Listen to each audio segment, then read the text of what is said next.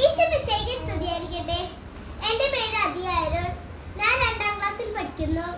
ഇന്ന് ഞാൻ നിങ്ങളെ പരിചയപ്പെടുത്തുന്നത് ബൈബിളിലെ 73 പുസ്തകങ്ങളെയാണ്. പഴയ നിയമത്തിൽ 46 പുസ്തകങ്ങളും പുതിയ നിയമത്തിൽ 27 പുസ്തകങ്ങളുമാണ് ഉള്ളത്.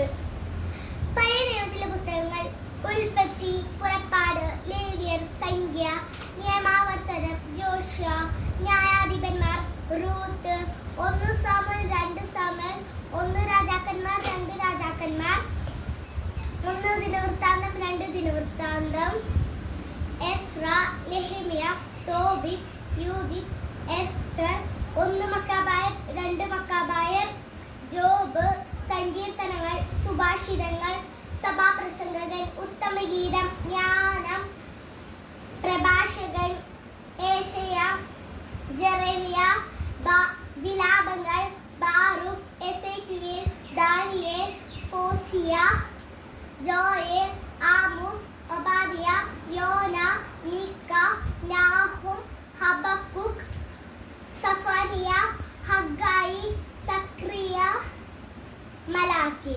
പുതിയ നിയമത്തിലെ പുസ്തകങ്ങൾ മത്തായി, മാർക്കോസ്, ലൂക്ക, യോഹന്നാൻ, അപ്പോസ്തലന്മാരുടെ പ്രവർത്തനങ്ങൾ, റോമ,